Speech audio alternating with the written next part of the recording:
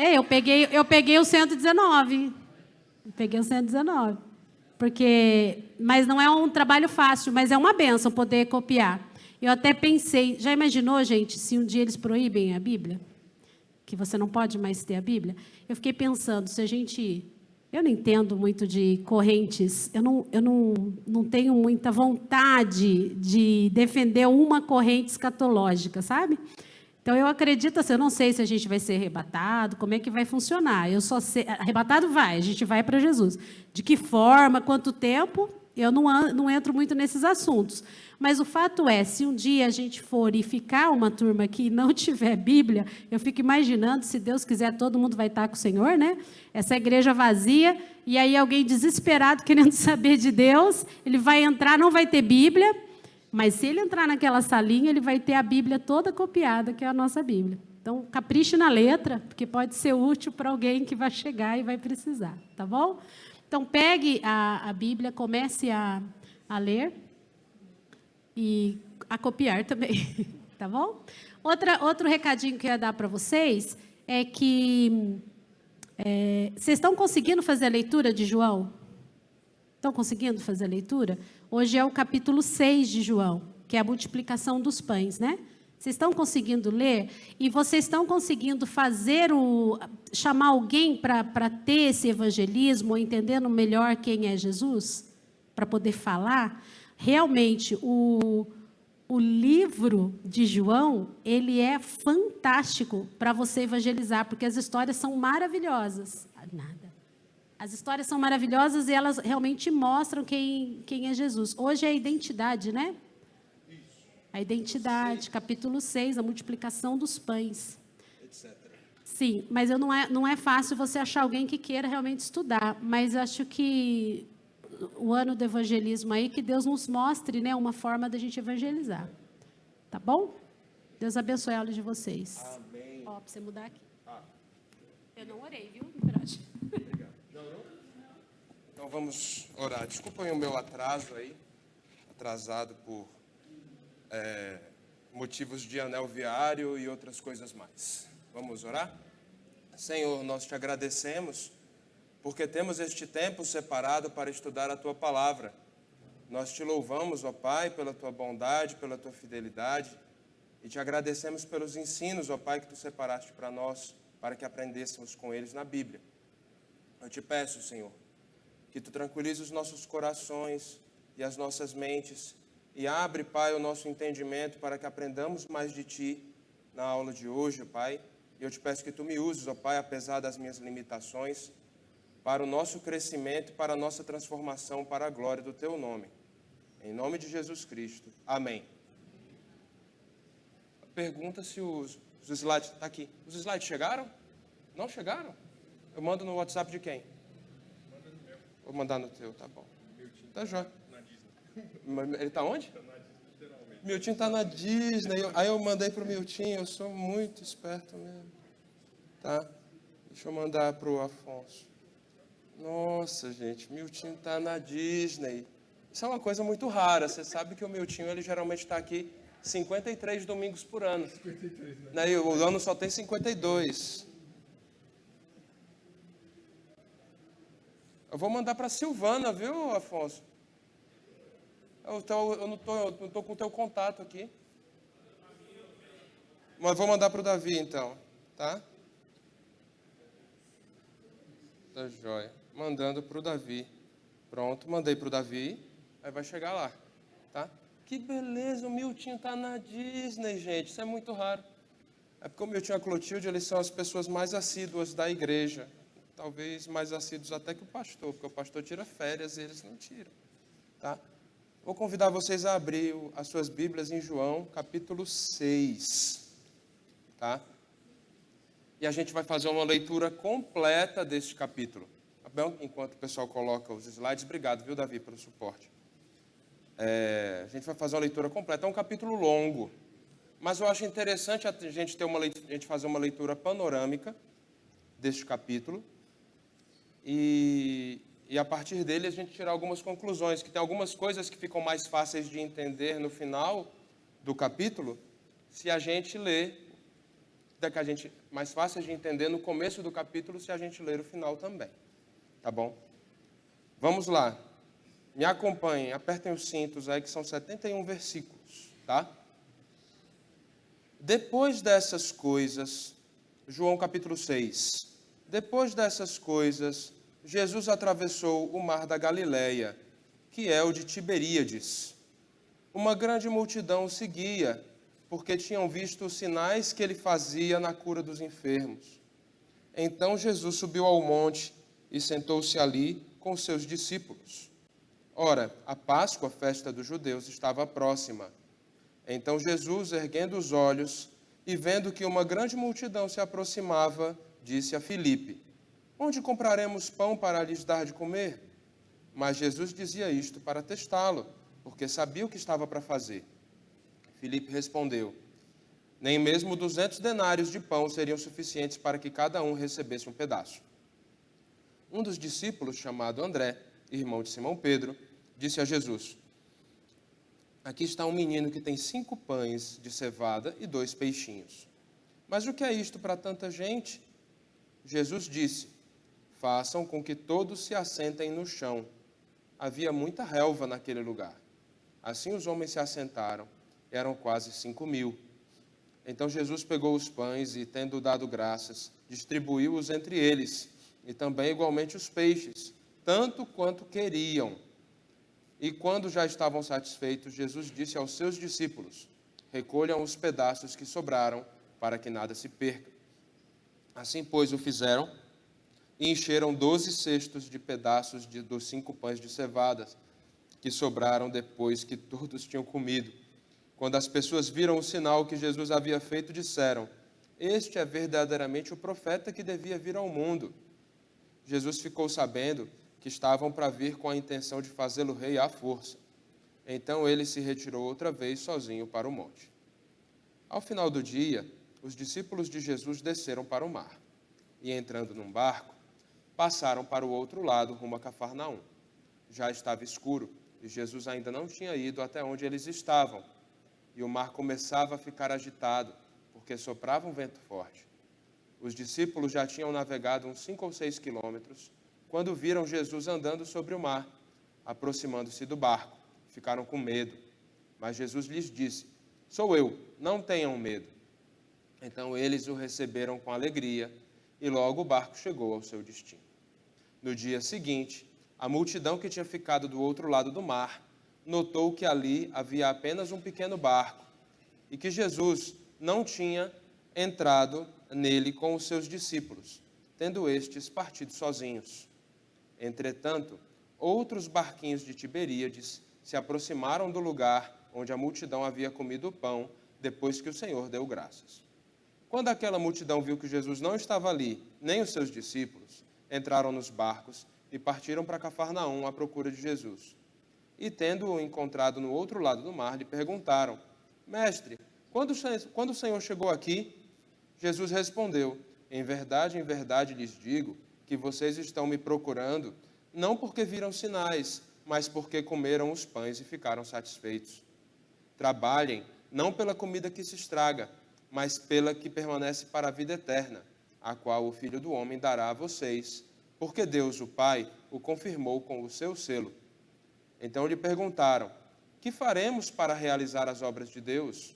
Jesus respondeu: a obra de Deus é esta, que vocês creiam naquele que ele enviou. Então eles disseram: que sinal o Senhor fará para que vejamos e creiamos no Senhor? O que o Senhor pode fazer? Nossos pais comeram o maná no deserto, como está escrito: deu-lhes a comer pão do céu. Versículo 32. Jesus lhes disse: em verdade lhes digo, que não foi Moisés quem deu o pão do céu para vocês. Quem lhes dá o verdadeiro pão do céu é meu Pai, porque o pão de Deus é o que desce do céu e dá vida ao mundo. Então lhe disseram: Senhor, dê-nos sempre desse pão. Jesus respondeu: eu sou o pão da vida. Quem vem a mim jamais terá fome, e quem crê em mim jamais terá sede. Porém, eu já disse que vocês não creem, embora estejam me vendo. Todo aquele que o Pai me dá, esse virá a mim. E o que vem a mim, de modo nenhum o lançarei fora. porque eu desci do céu, não para fazer a minha própria vontade, mas a vontade daquele que me enviou. E a vontade de quem me enviou é esta, que eu não perca nenhum de todos os que ele me deu. Pelo contrário, eu o ressuscitarei no último dia. De fato, a vontade de meu Pai é que todo aquele que vir o Filho e nele crer tenha a vida eterna, e eu o ressuscitarei no último dia. Então os judeus começaram a murmurar contra ele, porque tinha dito, eu sou o pão que desceu do céu. E diziam, este não é Jesus, o filho de José? Por acaso não conhecemos o pai e a mãe dele? Como é que ele agora diz, desci do céu? Jesus respondeu, não fiquem murmurando entre vocês. Ninguém pode vir a mim se o Pai que me enviou não o trouxer, e eu o ressuscitarei no último dia. Está escrito nos profetas, e todos serão ensinados por Deus. Portanto, todo aquele que ouviu e aprendeu do Pai, esse vem a mim. Não que alguém tenha visto o Pai, a não ser aquele que vem de Deus. Este já viu o Pai. Em verdade lhes digo, quem crê em mim tem a vida eterna. Eu sou o pão da vida. Os pais de vocês comeram o maná no deserto e morreram. Este é o pão que desce do céu, para que todo o que dele comer não pereça. Eu sou o pão vivo que desceu do céu. Se alguém comer deste pão, viverá eternamente. E o pão que eu darei pela vida do mundo é a minha carne. Então os judeus começaram a discutir entre si, dizendo, como é que este pode nos dar a sua própria carne para comer? Jesus respondeu, em verdade, lhes digo que, se vocês não comerem a carne do Filho do Homem e não beberem o seu sangue, não terão vida em vocês mesmos. Quem come a minha carne e bebe o meu sangue tem a vida eterna, e eu o ressuscitarei no último dia. Pois a minha carne é verdadeira comida, e o meu sangue é verdadeira bebida. Versículo 56. Quem come a minha carne e bebe o meu sangue permanece em mim, e eu permaneço nele. Assim como o Pai que vive me enviou, e igualmente eu vivo por causa do Pai, também quem de mim se alimenta viverá por mim. Este é o pão que desceu do céu, em nada semelhante àquele que os pais de vocês comeram, e mesmo assim morreram. Quem comer este pão viverá eternamente. Jesus disse essas coisas quando ensinava na sinagoga de Cafarnaum. Muitos dos seus discípulos, tendo ouvido tais palavras, disseram, duro é este discurso, quem pode suportá-lo? Mas Jesus, sabendo por si mesmo que os seus discípulos murmuravam a respeito do que ele havia falado, disse-lhes, isto escandaliza vocês? Que acontecerá então se virem o Filho do Homem subir para o lugar onde primeiro estava? O Espírito é o que vivifica, a carne para nada aproveita. As palavras que eu lhes tenho falado são Espírito e são vida. Mas há descrentes entre vocês. Ora, Jesus sabia desde o princípio quais eram os que não criam e quem iria traí-lo, e prosseguiu. Por causa disto é que falei para vocês que ninguém poderá vir a mim se não lhe for concedido pelo Pai. Diante disso, muitos dos seus discípulos o abandonaram e já não andavam com ele. Então Jesus perguntou aos 12, será que vocês também querem se retirar? Simão Pedro respondeu, Senhor, para quem iremos? O Senhor tem as palavras da vida eterna, e nós temos crido e conhecido que o Senhor é o Santo de Deus. Então Jesus lhes disse, não é fato que eu escolhi vocês, os 12, mas um de vocês é um diabo. Ele se referia a Judas, filho de Simão Iscariotes, porque este, sendo um dos 12, era quem o haveria de trair. Muito bem, eu li na tradução Nova Almeida Atualizada, que eu gosto pra caramba, tá bom? Hoje o tema da nossa aula é a identidade de Cristo, e nós vamos falar do capítulo 6 de João, que foi esse capítulo que a gente leu agora. Tá? Vamos lá. Agora vai. Aí sim. Ó, liguei sozinho aqui. Vamos lá. Nossos objetivos hoje, o tema da aula de hoje é aprender um pouco mais sobre a identidade de Jesus e o caráter do seu ministério. À medida que o relacionamento de Jesus com os seus discípulos e o tempo dele aqui na terra passava, as pessoas eram capazes de compreender um pouco mais sobre o seu ministério. Ou pelo menos ele comunicava isso, né? E aí quem tinha que entender, entendia, e quem não entendia, né? Paciência, né? A gente viu bastante disso hoje na leitura. E os nossos objetivos são reconhecer a autoridade de Cristo no processo de salvação, manter-se consciente, mantermos-nos conscientes da nossa posição em Cristo e submetermos-nos às palavras de Jesus em tudo que fizermos. Estes são os nossos objetivos da aula hoje, então tenham isso em mente à medida que a gente for caminhando nos slides aqui, tá? E na discussão. João 6 é um capítulo longo aqui e ele ocupa uma posição importante na narrativa. Ele é muito útil como um texto no qual Jesus descreve a sua identidade ministerial. E a gente vai pontuando ao longo do nosso estudo aqui, tá? E eu tenho algumas perguntas para a nossa reflexão. Primeira delas aqui, eu queria que vocês falassem algumas coisas baseadas no conhecimento que vocês têm, tá? Se precisar de microfone, a gente tem microfone aqui, tá bom? Quer dizer, vai precisar de microfone para que o pessoal da internet possa participar. Eu peguei o branco aqui. Qual o objetivo de Jesus ao realizar milagres? E outra pergunta também para um voluntário responder. O que Jesus quis dizer quando ele falou que ele era o pão da vida? E algum comentário que vocês tenham a respeito do texto que a gente leu? Olha o Samuel aqui me ajudando. Obrigado, Samuel. Um de cada vez. Quem quiser comentar, fica à vontade. Esse é o nosso começo de aula, tá? Então, se vocês não comentarem, a gente não começa, eu fico aqui esperando, porque eu sou super paciente. Eu posso esperar. Vou esperar o primeiro comentário.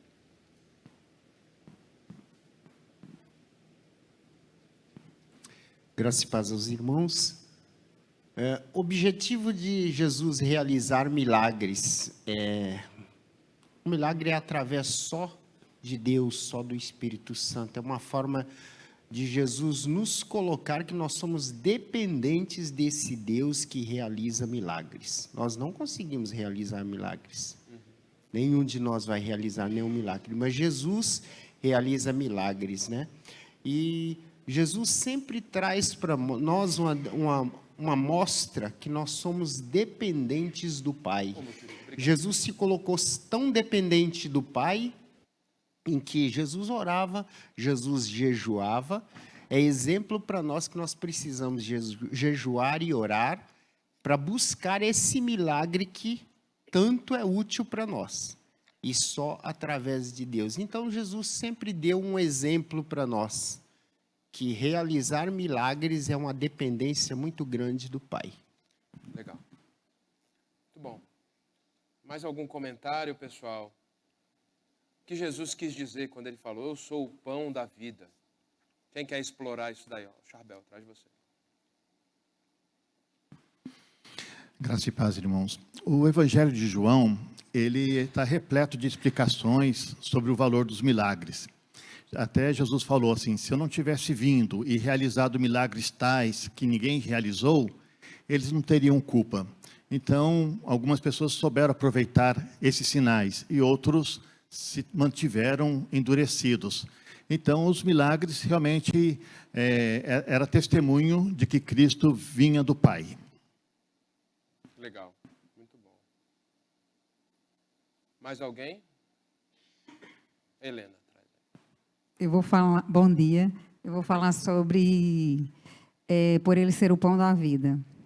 Então, quando Jesus se apresenta como o pão da vida, ele quer dizer o quê? Que só ele pode saciar a nossa fome espiritual. A gente pode procurar em vários lugares saciar a nossa fome espiritual, mas apenas ele pode saciar a nossa fome espiritual. Porque o alimento que ele tem para dar, ninguém mais vai oferecer. E interessante como fala do pão. O pão é um alimento que todas as pessoas podem ter acesso. Não é uma coisa cara, né? Apesar que a morte de Cristo foi muito cara, né? Que ele deu a própria vida por nós. Mas ele quis dizer também, todos podem ter acesso a mim. Jesus, quando morreu na cruz, ele morreu por todos. Ele não morreu só por algumas pessoas, ele morreu por todos. Nem todos aceitam esse alimento, né? Nem todos aceitam esse pão que ele está oferecendo. Mas a essência de Jesus falar como pão da vida, eu morri por você. eu posso saciar a sua fome. E eu estava conversando com uma moça ontem, né? Que ela disse que estava separada, estava desesperada.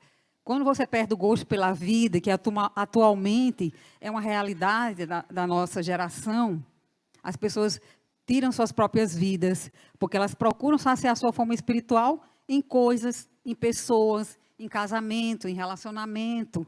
E elas não entendem que apenas Jesus pode saciar a sua fome espiritual.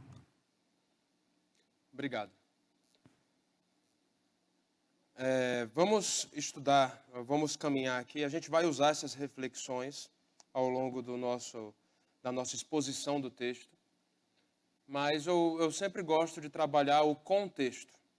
Então, tem algumas perguntas que a gente precisa responder para entender o contexto, né? E a primeira pergunta que eu faço hoje aqui é quando aconteceu João capítulo 6, né? E o quando eu não vou dar a data, o dia, mês, a hora, mas vou posicionar ali no tempo do ministério de Jesus. No começo do capítulo aparece essa expressão, ó, passadas essas coisas, né? Que coisas são essas? São as coisas do capítulo 4. Isso significa que o relato de João, ele é feito, nesse trecho aqui, numa sequência temporal. Poxa, mas não é, todos os evangelhos não são assim? Não. Às vezes eles expõem fatos em sequências diferentes por questão de didática. Por exemplo, às vezes Mateus agrupa discursos numa sequência que não é cronológica. Por quê? Porque são assuntos parecidos. Então ele aproveita para tratar de um mesmo tema numa mesma posição no texto. Às vezes tem um outro tema que ele vai tratar, ele trata numa outra posição do texto. Mas ele agrupa discursos e cria uma porção de texto ali. Poxa, mas isso aí não é um problema no relato? Não. Nem sempre precisa ser cronológico. Mas João aqui, ele quis ser cronológico na sequência do relato. Quando você vai no versículo 4, diz assim, né? João 6, versículo 4, fala assim, ó. Ora, a Páscoa, festa dos judeus, estava próxima. No Evangelho de João aparecem 3 Páscoas, tá? Tem a Páscoa em João, capítulo 2. Aí tem essa Páscoa no capítulo 6. E a Páscoa, que foi a última de Jesus, que ele morreu e ressuscitou. Tá? São essas 3 Páscoas. Então, provavelmente, essa Páscoa aqui é um ano antes da morte e ressurreição de Jesus. Então, Jesus já estava iniciando o terço final ali do seu ministério. E nessa Páscoa, Jesus não subiu para Jerusalém. Essa história acontece na região da Galileia. Acontece na região da Galileia e de Traconites. Né? Eu vou explicar daqui a pouco que região de Traconites é essa, que não é Galileia. E acontece por um motivo, que a gente vai explorar aqui também. Porque Jesus e os discípulos, depois da morte de João Batista, precisaram sair da Judéia, porque Herodes queria pegar eles e matar. Então, por que importa falar desse contexto de que essa história acontece na Páscoa? Porque tem várias citações e referências do Antigo Testamento que acontecem nesse trecho, que Jesus provavelmente faz de propósito, porque certamente, aí agora começa, certamente eram leituras feitas nas sinagogas no período de Páscoa. Então eram referências que estavam firmes na cabeça dos judeus com quem ele conversava. Então é importante a gente falar, quando João fala aqui, ora, essa aqui era a época de Páscoa, pessoal. Tem uma ideia por trás aí, é porque era contexto para os ouvintes, para os leitores da época, especialmente para os judeus, em relação às leituras bíblicas que eram feitas no período da Páscoa. Onde aconteceu, tá? Eu vou apontar com um laser aqui. Lá em cima, vocês estão vendo aqui, ó. Isso aqui, ó, é o Mar da Galileia. Aí vai descendo o Rio Jordão. Laser funciona, cara, não me deixa na mão. Então, beleza. Tá vendo que tem um negocinho azul ali? É o Mar da Galileia. Deixa eu ver se o laser vai funcionar agora. Danadinho, não funcionou. Então tá. Ali onde circulei. Ah, sim, obrigado, viu, Zezinho? Obrigado. Tô te devendo a chave. Não deixa eu ir embora sem com a chave. Tá? Ali em cima, onde está marcado de vermelho, é a região onde acontece a história aqui de João capítulo 6. A gente tem 3 histórias em uma, mas todas aconteceram em sequência e aconteceram naquela região a nordeste do Mar da Galileia. Tá? E o contexto da nossa história, de onde aconteceu, a gente usa muito a referência de Marcos capítulo 6. As histórias de hoje aparecem, a primeira da multiplicação aparece em Mateus, Marcos, Lucas e João, uma das poucas que aparecem nos 4 evangelhos, em termos de reporte de milagres. E aí depois a gente tem a história de quando Jesus aparece andando sobre as águas, e essa só aparece em Mateus, Marcos e João, não aparece em Lucas. E aí tem a outra história na sequência, que é esse debate do eu sou o pão da vida, que só aparece em João. Mas o contexto local a gente aproveita muito de Marcos 6, e o que aconteceu lá? Lembra que eu acabei comentando já no slide anterior, que João Batista foi morto, e aí Herodes viu Jesus operando seu ministério, falou, pô, vou matar esse cara também.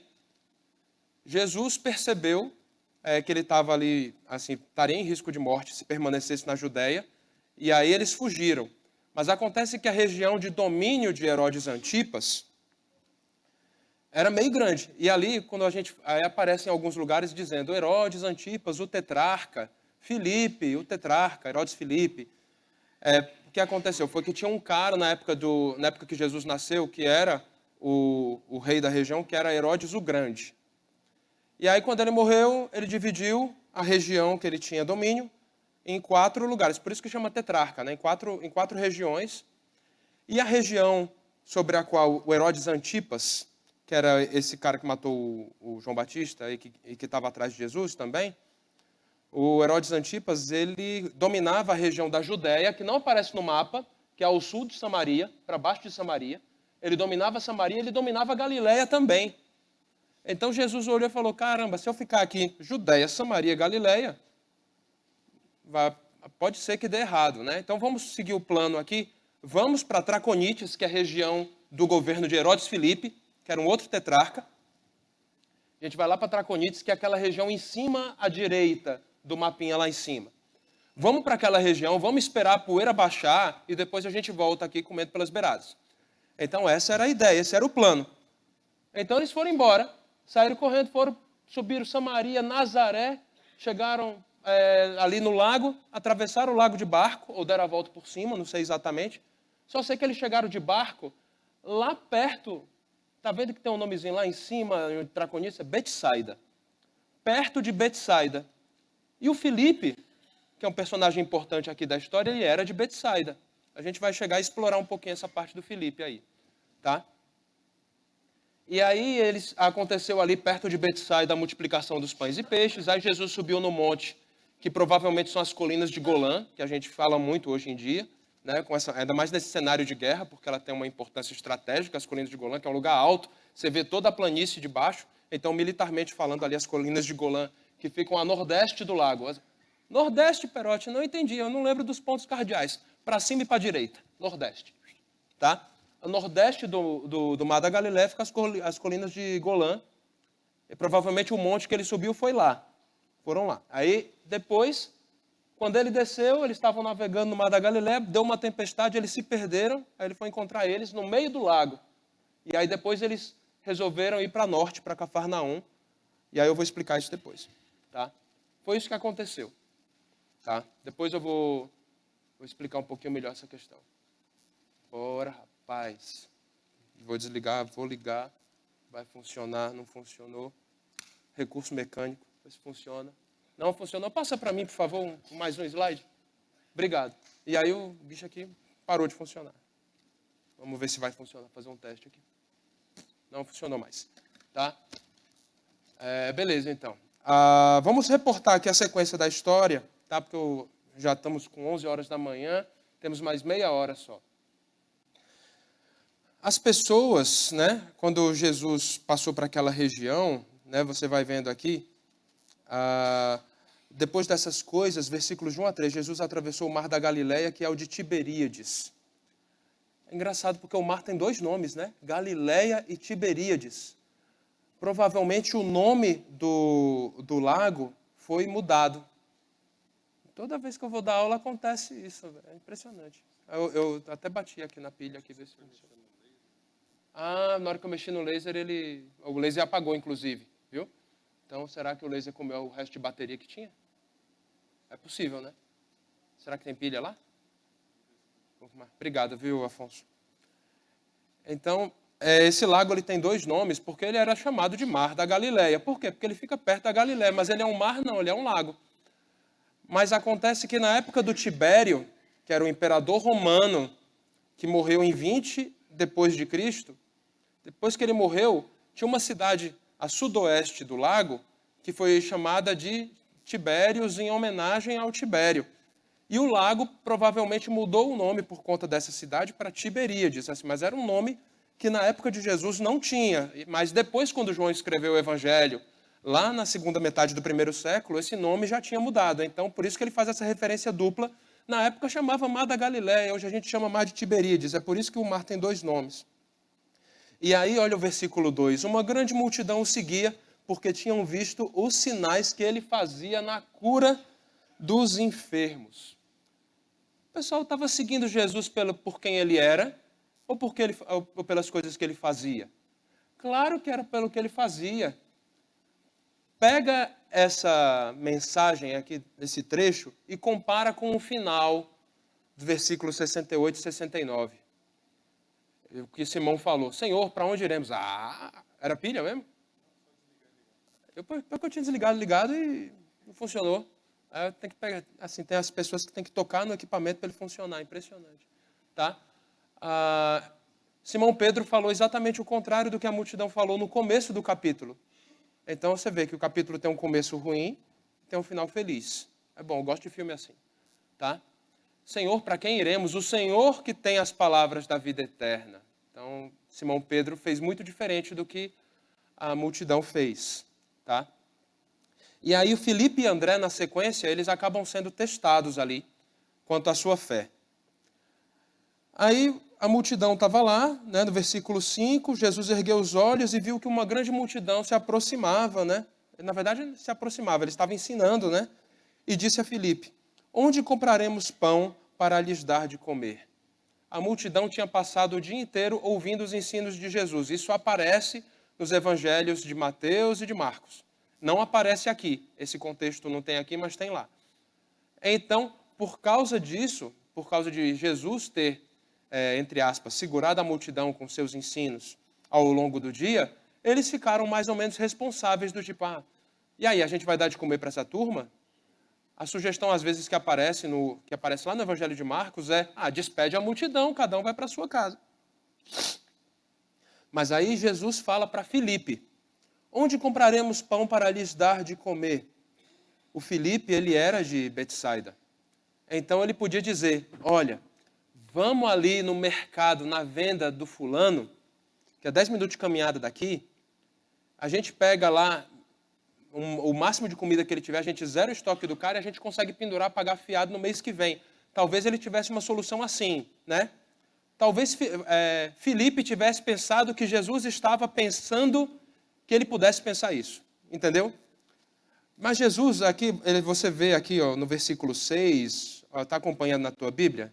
Deixa a Bíblia aberta, bota o dedinho na Bíblia aí, tá?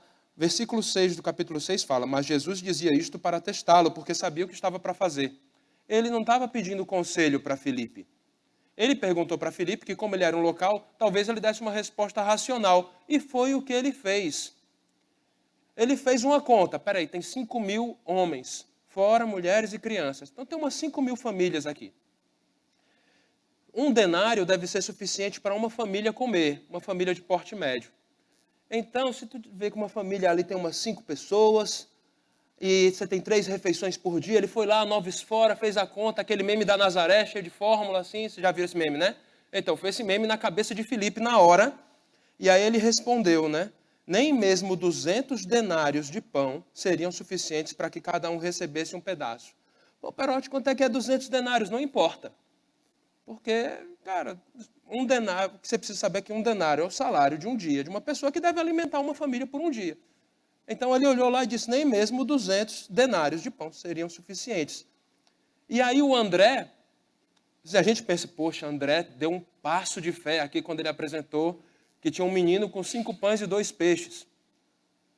Os comentaristas falam o contrário. Falam que André, quando ele apresentou o menino com 5 pães e 2 peixes, ele queria demonstrar a impossibilidade de alimentar uma multidão daquele tamanho. Que ele queria dizer, olha, o único menino que trouxe a merenda aqui foi esse camarada aqui, Joãozinho. Tá? Ele trouxe 5 pães e 2 peixes. E esses peixes, provavelmente pela palavra que era usada, né, eu li no comentário, era um peixinho salgado para dar gosto no pão. Tipo, bota sardinha no meio do pão, atum, fica bom? Então era essa a ideia aqui do menino, assim, botar a proteína no meio do pão e botar para dentro. Então, 5 pães e 2 peixinhos. Mas o que é isto para tanta gente? Então, ou seja, André trucou Jesus de volta. E Jesus disse, façam com que todos se assentem no chão, né? Aí vocês sabem, assim, porque eu preguei sobre isso ano passado, aqui, essa mesma passagem. Jesus botou eles sentados em grupos de 50, eles foram sentados, mas para que sentar em grupo? Para você formar umas alamedas e passar no meio distribuindo a comida, tá? E era mais fácil de distribuir para gente sentada do que para pessoas em pé, tá? E aí Jesus multiplicou o alimento disponível, porque o pessoal foi distribuindo, quando ia pegar de novo, tinha pão lá. Aí o cara dava, quando ia pegar de novo, tinha pão lá. E foi. Todo mundo comeu. E o relato é louco. Aqui no final do versículo 11, na minha tradução, fala assim, tanto quanto queriam. Ninguém comeu assim, ninguém miguelou, não. Foi todo mundo comeu o quanto quis, tá? E quando já estavam satisfeitos, Jesus disse aos seus discípulos, essa eu vou falar daqui a pouco. Mas para nossa referência, esse milagre de multiplicar a comida aparece 2 vezes no mesmo capítulo, no segundo livro dos Reis. Tá? No capítulo 4, no comecinho, multiplica o azeite da viúva, e depois, no final, multiplica também a comida lá em outra oportunidade. Quiser dar uma olhada nessa referência, porque é semelhante. Ele alimentou um grupo de 200 pessoas com 4 pães. Eu vou estar errando o número, tá? Mas essa multiplicação de comida já tinha acontecido antes no Antigo Testamento e aconteceu agora. Sendo que Jesus fez numa escala muito maior. E depois ainda teve uma segunda multiplicação que aparece relatada no Evangelho de Mateus. Não estou enganado aqui. Mas aí os números foram diferentes, né? Foi para 4.000 pessoas e sobraram 7 cestos no final. Mas semelhante. E parece até que o pessoal tinha esquecido que tinha tido a primeira. Outro exemplo aqui. Queria explorar muito mais esse negócio aqui, mas acontece que são 71 versículos para a gente falar aqui. Tá bom? E estamos no prazo aqui. Vamos aprender um pouco sobre mordomia. Jesus é contra o desperdício. Jesus é contra o desperdício. Desperdício é uma forma de desprezo ao cuidado que Deus tem por nós. Então, no versículo 12, ele mandou recolher os cestos. E sobraram 12. O número 12, ele é simbólico. Tá? As pessoas falam, né? Poxa, sobraram 12. Um para cada discípulo. Ou falam, sobraram 12. Um para cada tribo de Israel. Enfim, tem essas interpretações. Mas a mensagem aqui é, Jesus não deixa faltar. Jesus alimenta numa proporção muito maior do que você merece ou até mesmo precisa. É isso que Jesus faz. E o desperdício não pode, assim, o desperdício não deve ser permitido. Não deve ser tolerado. Entenderam o princípio aqui da mordomia? Às vezes você tem demais. Sugestão, reparta. Recolha os cestos sobrando da sua casa. Não deixe sobrar. Não jogue fora. Essa mensagem é importante aqui a respeito de mordomia, responsabilidade e combate ao desperdício. E eu vou continuar, senão não acabo hoje, tá? E o povo se enganou de novo. A régua, o povo besta danado. Continuando aqui, olha só, versículo 14. Quando as pessoas viram o sinal que Jesus havia feito, disseram, este é verdadeiramente o profeta que devia vir ao mundo. Que profeta era esse?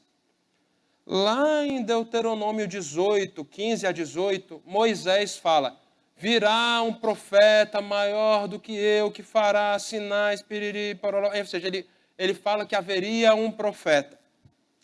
e aquele contexto de que o povo recebia o maná no deserto. Então o povo receberia o pão. Era isso que o pessoal tinha em mente também quando pensaram no profeta. Aí associaram Jesus, profeta, distribuindo pão de graça, falaram, o profeta de quem Moisés falou. Não necessariamente eles entendiam que esse profeta era o Messias, porque a compreensão escatológica do povo era muito confusa. Então, nem sempre todas essas profecias que apareciam a respeito de um profeta, a respeito do Messias, a respeito, sei lá, de um libertador que apareciam no Antigo Testamento, eram todas conectadas na mesma pessoa. Então, talvez o pessoal não estivesse pensando que Jesus era de fato o Messias. E isso aparece em outros versículos que ele fala, não, esse é o profeta, não, esse é o Cristo. Ou seja, o pessoal assim, eles não conectavam tudo necessariamente à mesma pessoa. A gente vai chegar nessa passagem daqui a pouco. Tá? E aí no versículo 15 eles falaram, poxa, tem um cara aqui que distribui pão. Se ele for o rei, a gente vai ter pão para sempre. Não vou precisar nem trabalhar. Rei, rei, rei, Jesus é nosso rei. Começaram a subir um movimento. E aí, no 15, Jesus ficou sabendo que estavam para vir com a intenção de fazê-lo rei à força, então ele se retirou outra vez sozinho para o monte, para baixar a poeira, para ele orar e tudo, né? E aí ele se retirou para orar, provavelmente no lugar que hoje é conhecido como Colinas de Golã. E qual era o plano aqui, gente? Esse plano ele aparece por contexto, não aparece escrito de forma clara no livro de João, mas quando você vai para Marcos, no versículo 6:45, Jesus falou, pessoal, eu vou orar. Aí eu estou descrevendo o item 1 aqui. Aí no item 2, mas Jesus, você vai orar, agora apareceu uma galera querendo fazer o Senhor rei, vamos lá, é a oportunidade da gente cumprir o chamado do Senhor Jesus. Aí Jesus respondeu para eles, provavelmente, né? Isso é tudo especulativo, mas com base na interpretação do texto, porque esse termo aqui, insistiu, é porque Jesus precisou insistir, falando com eles, parem de bobagem, entra no barco e vai ali para o outro lado da enseada. Eu vou chegar lá em vocês, mas Jesus, vocês não vão com a gente? Vou depois. Vão lá, para aquele lado. Então, Jesus teve que insistir e praticamente forçá-los a entrar no barco para eles começarem a andar. E provavelmente esse lugar não era Cafarnaum. Porque eles foram depois parar em Cafarnaum, né? Depois da navegação, deu problema e tal. Mas era talvez um outro lugar ainda do lado de Traconites. Um pouquinho afastado para ir a pé, mas eles provavelmente iam olhar para o mesmo lugar. Por que ainda naquele lado, Perote? Porque eles queriam fugir do Herodes Antipas. Então, acho que o plano inicial era fazer isso ainda. Tinha passado só um dia, gente. Então, talvez eles estivessem gostando da ideia de Jesus ser feito um rei, por isso que eles foram obrigados a entrar no barco. E Jesus falou, encontro vocês depois. E o que aconteceu? Provavelmente a travessia planejada era essa. A seta ficou pequena, né? Mas era provavelmente algum lugar atravessando aqui, nesse lado a leste. Perote, eu não entendo leste. A direita do mapa é sempre leste, tá, pessoal? Para cima do mapa é sempre norte, para a direita é sempre leste. Provavelmente eles iam navegar para algum outro lugar do lado leste. Esse aqui, assim, eu li 3 comentaristas, os 3 concordavam nisso aqui, tá? Então, para ficar à direita. O plano era ficar em Traconites, fora do domínio de Herodes Antipas, tá? Vamos continuando aqui. Provavelmente, no meio da navegação, veio um vento na direção oeste. E aí começou a formar mau tempo. E era um lugar muito sujeito a mau tempo. Por quê? Como é que é o relevo lá? Imagina que você tem de um lado aqui Colinas de Golã, tem um planalto depois, tal. E do outro lado, você vê aqui à esquerda, que é também terra alta do lado esquerdo, do lado oeste do lago. E o lago fica numa depressão, 200 metros abaixo do nível do mar. Rapaz, na hora que vem o vento de cima, aqui embaixo formam as zonas de baixa pressão, expliquei isso ano passado aqui em cima do templo. Forma uma zona de baixa pressão que aí gera essa condição de mau tempo, essa tempestade que é referida no versículo. E aí, por causa dessa situação, os caras começaram a derivar para o outro lado do que eles queriam ir. Eles estavam indo contra. Então, eles foram empurrados para o meio do lago. Isso aparece no Evangelho. Eles foram empurrados para o meio do lago. E aí, por isso que, assim, quando eu fiz aquele desenho, eu desenhei com o mouse. Aquele negócio ali, aquela seta torta ali. Ou seja, foi exatamente isso? Não foi. Isso aqui, as setinhas fui eu que fiz, desenhando no PowerPoint. tá? Por causa do mau tempo, eles saíram fora da rota planejada. E aí eles começaram a desesperar. Então, Jesus se aproximou deles andando sobre a água e foi encontrar eles lá no meio do lago. E aí, como eles já estavam mais a oeste e já estava amanhecendo, no final da crise, ali quando Jesus apareceu, sou eu, não temam. Eles tinham duas opções, ou eles voltavam tudo de volta, lembrando que fala lá, não sei quantos estádios, que na minha tradução aqui aparece 5 ou 6 quilômetros. A largura do lago ali são 12. Se eles derivaram 5 a 6 quilômetros para o meio do lago, eles pararam no meio do lago. Tá? Então, eles optaram, não, vamos para Cafarnaum, que é perto, aqui a gente navega para o norte e vai chegar lá. Mudaram o plano por causa da tempestade. Tá? Jesus mostra que é o Senhor da criação, no versículo 19, se vocês passarem a página, ele anda por sobre as águas.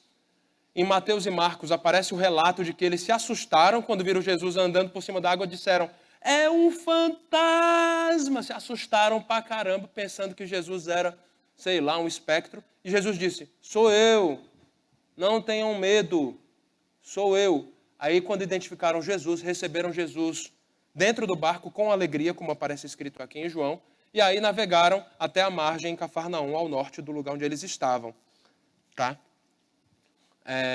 Provavelmente pela localização e pelo horário mudaram de planos. Tá? E aí começa a história. Na hora que eles chegaram em Cafarnaum, os evangelistas dão diferentes destaques ao que aconteceu lá. Porque chegaram de manhã e o dia é longo, acontece muita coisa.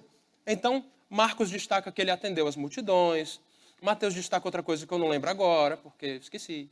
E João, ele destaca a discussão que aconteceu na sinagoga. Como é que você sabe que era na sinagoga, Perotti? Versículo 59. Jesus disse essas coisas quando ensinava na sinagoga de Cafarnaum. Então, esse é o destaque do dia pós-tempestade que João faz. E a nossa análise é em cima do texto de João, eu vou focar nisso, tá bom? Vamos lá. Versículos de 22 a 26 e 30 e 31. Olha só o que aconteceu. O povo voltou no dia seguinte para o local onde tinha acontecido a multiplicação. Não encontraram Jesus, mas encontraram um barquinho que tinha ficado lá. Talvez os discípulos tivessem navegado para aquele local em 2 barcos. Aí na volta eles voltaram num barco só e deixaram outro barco para Jesus chegar, sendo que Jesus foi a pé por cima d'água. Então na hora que eles chegaram lá, o pessoal chegou e viu, Jesus não está aqui, a gente não sabe como é que ele foi para outro lugar. Para onde será que eles foram? Aí começa a falar, fulano, tal, então me ligar, mensagem no WhatsApp, tal, Cafarnaum. Vamos para Cafarnaum, pessoal. Tinha vindo mais gente de barco do que a turma que veio a pé de Cafarnaum no dia anterior. Aí, galera, todo mundo, vamos para o barco, bora, chegar de Cafarnaum. Aí encontraram Jesus, falaram, Senhor, como é que o Senhor chegou aqui? 25. Aí Jesus respondeu no 26, em verdade, lhes digo que vocês estão me procurando, não porque viram sinais, mas porque comeram pão e ficaram satisfeitos. Vocês querem ficar de bucho cheio de novo. Tá? Versículos 32 e 33, Jesus explica, olha, eu dou o pão físico que vocês comem, esse pão aí feito de cevada, etc. Mas eu dou o pão espiritual que vocês não conhecem. Aí eles, aí começa a novidade, né?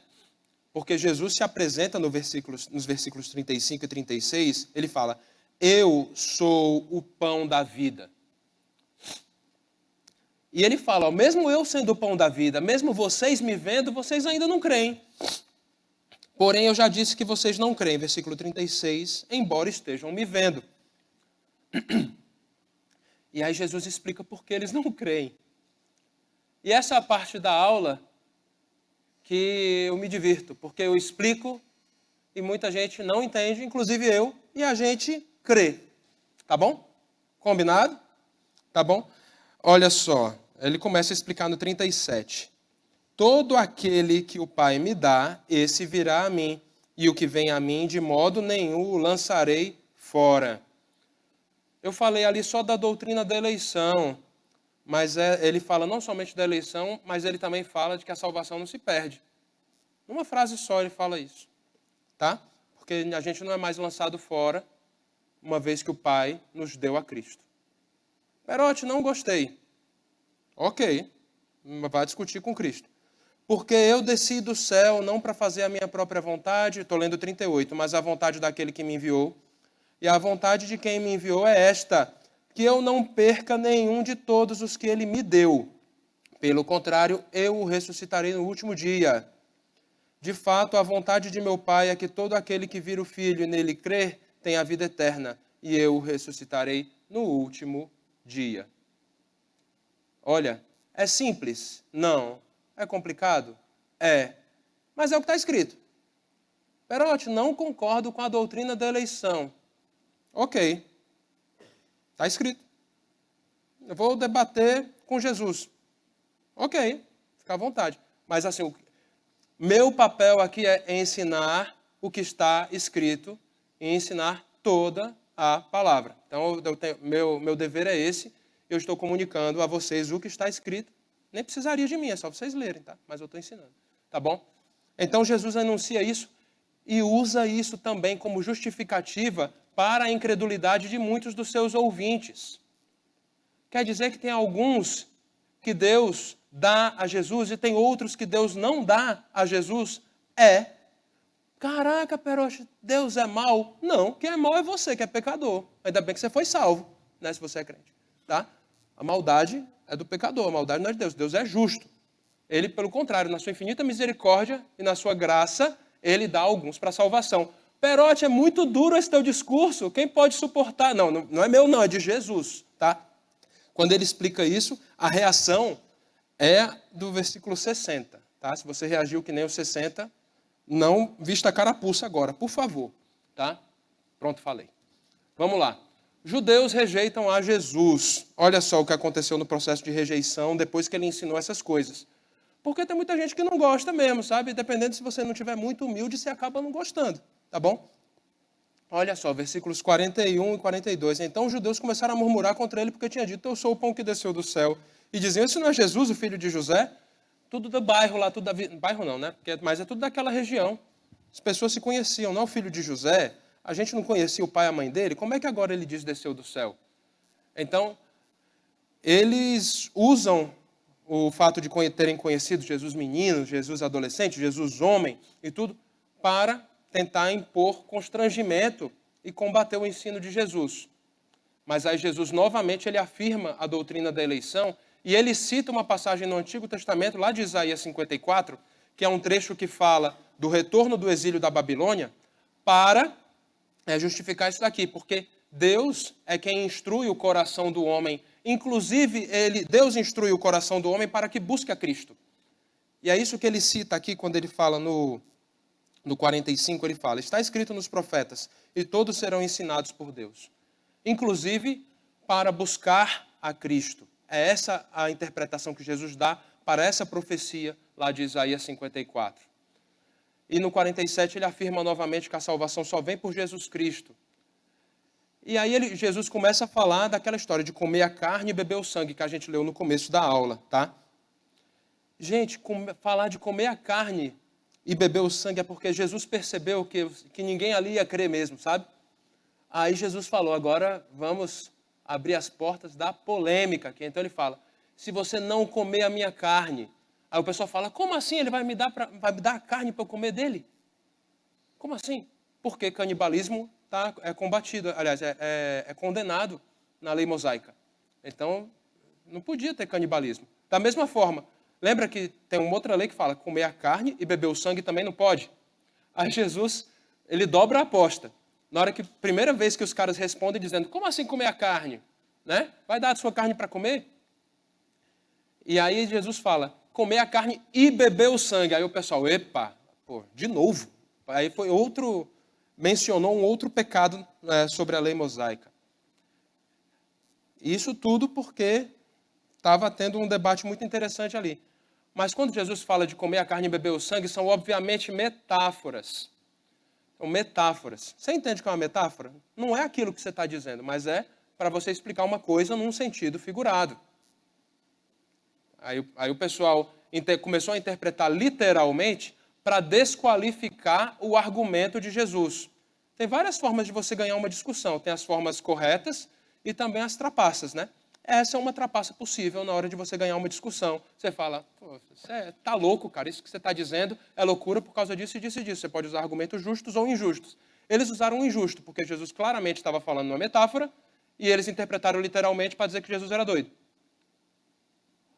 E aí no 56, ele explica muito claramente, pois, 56 aqui, eu vou ler do 55, pois minha carne é verdadeira comida e o meu sangue é verdadeira bebida. Aí o pessoal pensa, pô, é metáfora mesmo? Aí no 56 ele explica, quem come a minha carne e bebe o meu sangue, permanece em mim e eu permaneço nele. Esse é o significado da metáfora de comer a carne e beber o sangue, que ele faz referência aqui. Ele não está falando de, pô, Jesus vai morrer, então vamos pegar Jesus, fatiar e fazer um churrasco. E comer mal passado para comer com sangue. Não é disso que Jesus está falando, lógico. Hoje para nós é muito óbvio.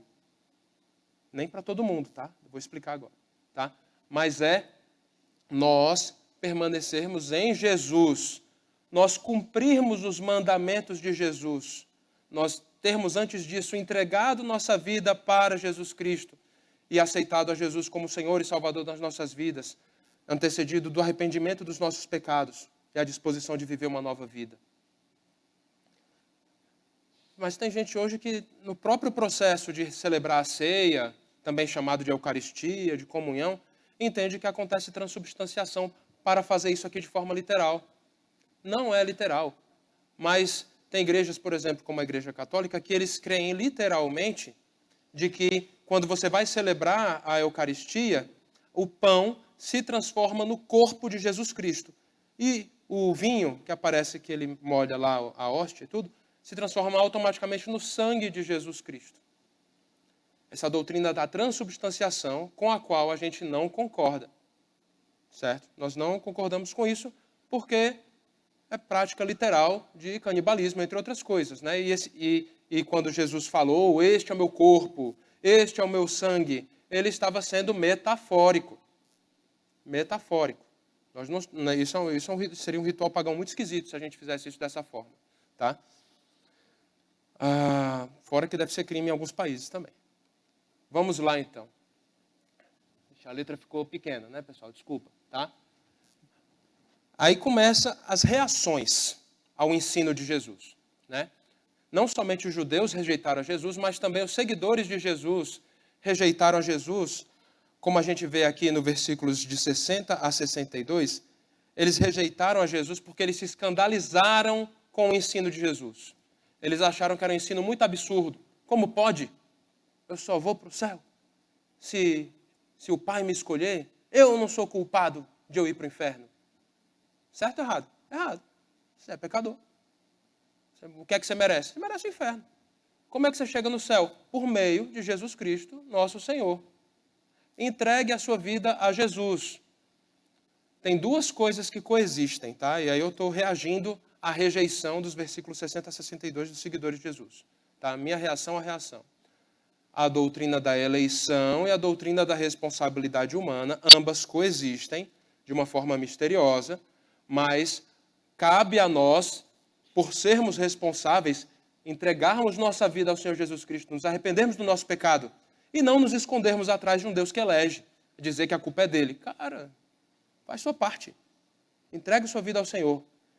E você terá feito isso porque o Senhor te elegeu, tá bom? O Senhor te escolheu. Tá? É complicado? É, mas eu tenho certeza que você vai conseguir, se você não entregou ainda a sua vida ao Senhor Jesus. Tá? Spurgeon, que falava, né, que dentro da sala dele de estudos, ele cria plenamente na doutrina da eleição, mas quando ele ia para o púlpito, era o apelo. Estou usando palavras diferentes para expressar o que quer dizer. Né?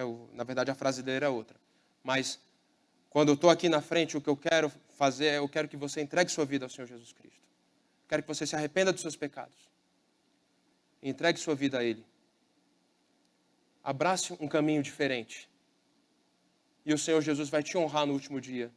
E você vai ser ressurreto dentre os mortos. Você vai passar a eternidade com o Senhor. É essa a minha oração aqui.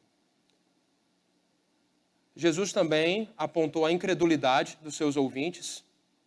E por último, alguns abandonaram a Jesus. 1 João capítulo 2, versículo 19, explica essa questão do abandono. Muitos, como João aponta lá nessa carta, ele fala, eles saíram do nosso meio, mas não eram dos nossos, porque se tivessem sido dos nossos, teriam permanecido conosco. Mas eles se foram para que ficasse manifesto que nenhum deles é dos nossos.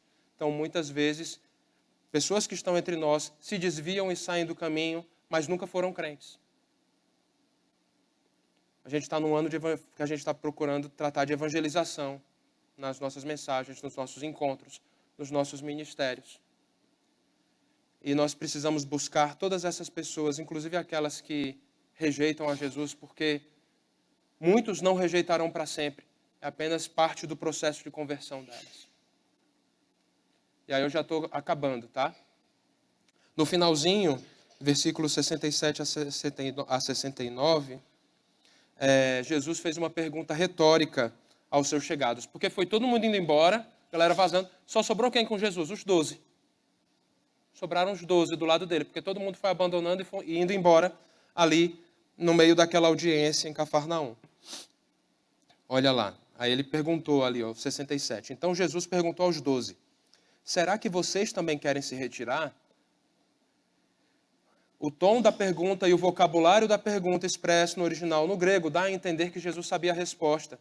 Ele fala, vocês não querem ir embora não, né? Na verdade, isso aí talvez fosse a melhor tradução, né? Porque ele sabia que os 12 não iriam e que eles não queriam dizer que não iriam. Tá? Então é uma pergunta que Jesus faz em absoluta tranquilidade. Não é na raiva do tipo, vocês também não vão embora não, né? Não, ele fala, vocês não vão embora não, né? Porque os 12 ficaram com ele confiou nos 12 naquele momento. Mesmo sabendo que um deles ia traí-lo. E a resposta de Simão Pedro foi, nota 10. Senhor, para quem iremos? O Senhor tem as palavras da vida eterna. E nós temos crido e conhecido que o Senhor é o Santo de Deus. Tá? João 8:31 e 14:21, esse aqui é o nosso último slide antes da conclusão. Tá? Estou atrasando um pouquinho, né? Então Jesus disse aos judeus que haviam crido nele. Isso é 2 capítulos depois. Se vocês permanecerem na minha palavra, são verdadeiramente meus discípulos. João 14:21. Aquele que tem os meus mandamentos e os guarda, esse é o que me ama. E aquele que me ama será amado por meu Pai. Eu também o amarei e me manifestarei a ele. Esses que permanecem são os que comem a carne, bebem do sangue. São aqueles que se alimentaram do pão da vida. São aqueles que compreenderam a mensagem. O meu desejo no coração é de que todos nós aqui presentes permaneçamos na mensagem de Jesus Cristo e Ele permaneça em nós. Que nós procuremos ativamente seguir por esse caminho. E eu repito esse slide aqui, coloquei 2 perguntinhas a mais e a gente não vai ter tempo de passar por elas. Mas fica para a nossa reflexão. Isso daqui. Se você tiver condição de responder a cada uma dessas perguntas, o meu objetivo está cumprido. Qual o objetivo de Jesus ao realizar milagres? É uma demonstração do poder, e é um poder que vem somente através do Pai e do Espírito, como o irmão aqui respondeu no começo da aula. O que ele quis dizer sobre ele ser o pão da vida é que ele é o alimento que proporciona a salvação. E somente por meio dele podemos alcançar a salvação e ser saciados de forma definitiva no nosso espírito. O que é comer a carne e beber o sangue? É permanecer no Senhor, permanecer em Jesus Cristo e Ele permanecer em nós. E por que pessoas rejeitam a Jesus e outros aceitam a Jesus? E essa é a parte mais insossa da aula, a doutrina da eleição. É insossa, porém nutritiva, tá? A doutrina da eleição. E se nós somos salvos, é pelo poder do Deus Pai, através do Espírito Santo, mediante o sangue de Jesus Cristo. E nós não temos mérito nenhum. Não temos mérito nenhum. Qual é o nosso esforço aqui? Nós temos que entregar nossa vida ao Senhor Jesus Cristo, nos rendermos a Ele e buscarmos permanecer nele. E essas 2 coisas convivem pacificamente. Vamos orar para encerrar a aula. Senhor, obrigado, porque Tu estás conosco. E obrigado, Pai, porque o Teu Santo Espírito está no nosso meio, ó Pai, realizando a salvação que Jesus Cristo permitiu que acontecesse pela sua graça. Obrigado, Pai amado, por esse texto. E eu te peço que nós aprendamos cada vez mais num sentimento de humildade, ó Pai, te buscarmos e procurarmos permanecer cada vez mais em Ti, certo de que Tu és poderoso para salvar e poderoso para realizar milagres também em nosso meio. Em nome de Jesus, amém. Bom domingo.